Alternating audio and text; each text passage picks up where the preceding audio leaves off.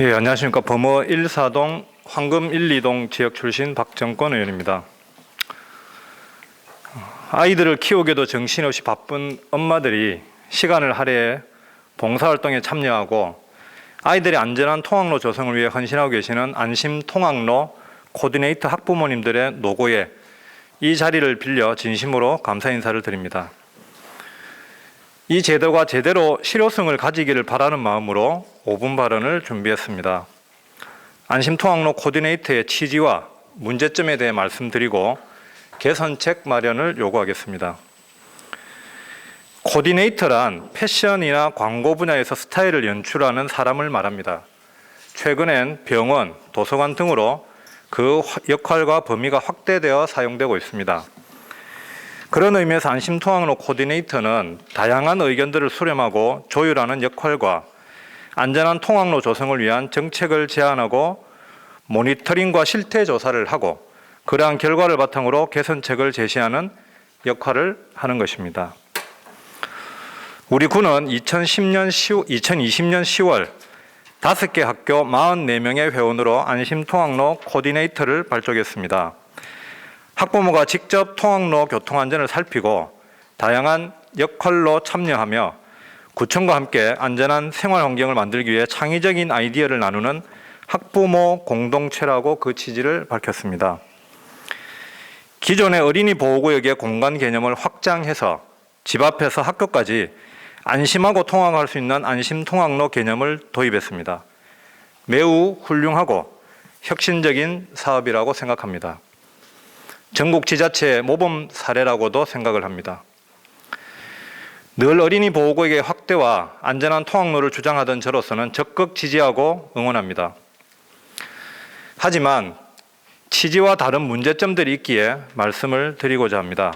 우선 활동상의 문제입니다. 활동 계획을 보면 등하교 시간 교차로나 횡단보도에서 안전지도, 보행취약지 및 위험 구간에서 등하교 지도, 학교나 안전지대까지 합동 동행 인솔, 교통정책 홍보 및 통학환경 재해 예방 활동 등입니다. 얼핏 보기엔 코디네이터 역할을 하는 것 같지만 기존의 녹색 어머니회나 시니어 클럽의 노인 일자리 사업에서는 단순한 교통 지도와 봉사활동이 주를 이루고 있습니다. 활동 실적 역시 해당 학교 주변 학생들의 인솔 지도와 교통안전 캠페인이 전부입니다.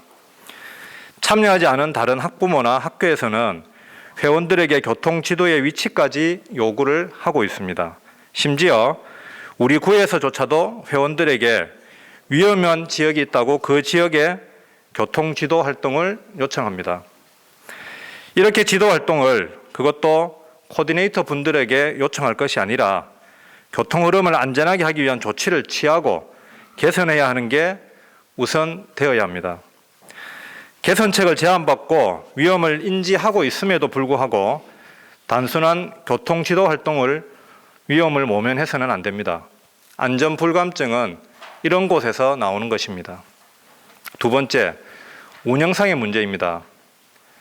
안심통학로 코디네이터가 제안하는 정책들은 있었는지요? 자료에 따르면 지난 2년 동안 단순한 시설 개선 20곳 정도입니다. 물론 아이들의 통학로 안전을 위해서는 당연히 시설 개선이 수반되어야 합니다. 하지만 이러한 시설 개선은 학부모와 학교의 의견 수렴만 해도 충분히 가능한 시설물 개선입니다. 구청이나 지역구 의원들을 통해 수시로 접수되는 내용이기도 합니다. 운영 계획을 보면 올해 회원 100명을 목표로 향후 수성구 내 34개 모든 학교로 확대를 한다고 합니다. 하지만 계획하던 대로 잘 안 되고 있습니다. 회원 수도 목표의 절반밖에 안 되고 참여 학교도 저조합니다. 구청에서는 이러한 상황이 될 수밖에 없는 원인을 찾아야 합니다. 세 번째, 회원 모집과 관리에 관한 문제입니다. 구청에서 학교로 협조를 해 회원을 모집하다 보니 학교장은 인원 모집에 대한 부담이 있습니다. 기존에 있는 녹색 어머니회도 최근엔 모집이 어려워 유명무실한 상태인 학교가 상당히 많이 있습니다. 더구나 수성구 34개 초등학교 중 구성되지 않은 학교가 18개 학교로 절반이 넘는 학교가 녹색 어머니에조차도 구성하기 어려운 현실입니다. 아시다시피 학교에는 학부모들로 구성된 단체들이 학교운영위원회, 학교폭력예방위원회, 학부모회를 포함해서 급식, 안전 등 각종 소위원회까지 10여 개가 넘게 구성되어 있습니다.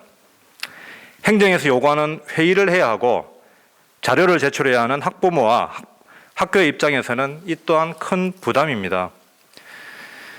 심지어 올해 들어 안심 코디네이터의 회원 수는 늘어나지 않고 오히려 탈퇴를 하거나 이름만 올려놓고 활동을 안 하시는 분들이 늘어나고 있다는 것입니다. 시작한 지 2년 차에 말입니다. 네 번째, 보조금에 관한 문제입니다. 2020년 10월 발족했을 당시 교육지원과의 교육경비 보조금 명목으로 해당 학교를 통해 운영경비 2,100만 원을 지원했습니다.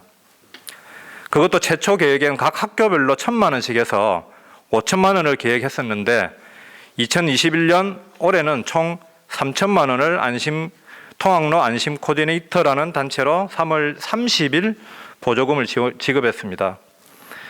보조금의 세부 집행 내역은 공개하지는 않겠지만 주로 단체복과 교통지도에 필요한 물품과 캠페인 기념품들입니다.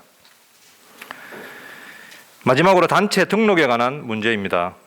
비영리 임의단체는 민법상 친목이나 봉사 등의 목적으로 자유롭게 활동하는 단체로서 회원으로부터 회비를 거두어 활동하는 단체를 말합니다.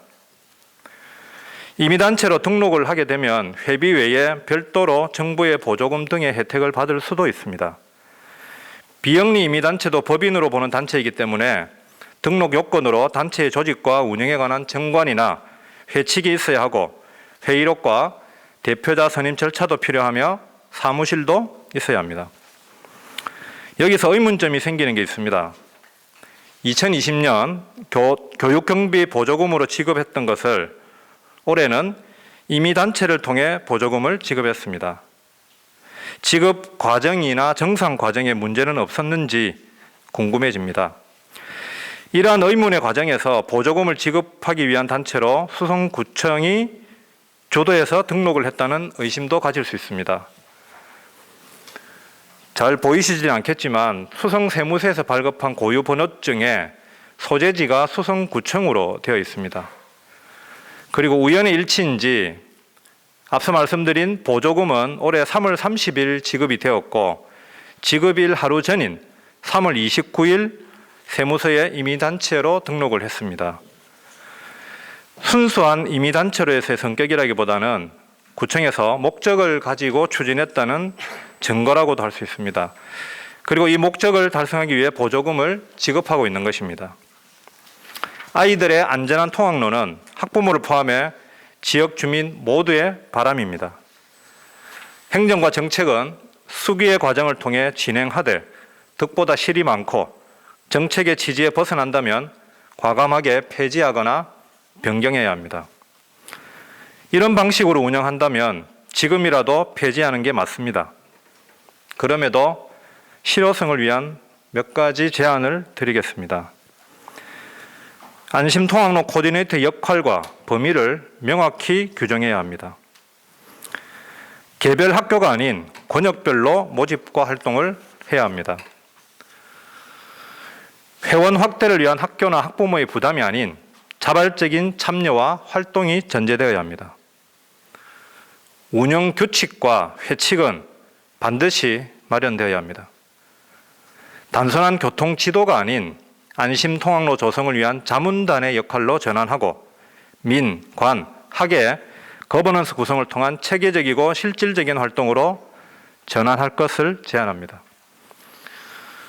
주민들과 학부모들의 의식 수준은 행정을 뛰어넘는 수준으로 냉철하고 합리적으로 향상되어 있습니다. 단순히 인원 모집을 하고 늘리는 관주도의 보여주기식 행정과 정책, 이제는 사라져야 합니다. 경청해 주셔서 감사합니다.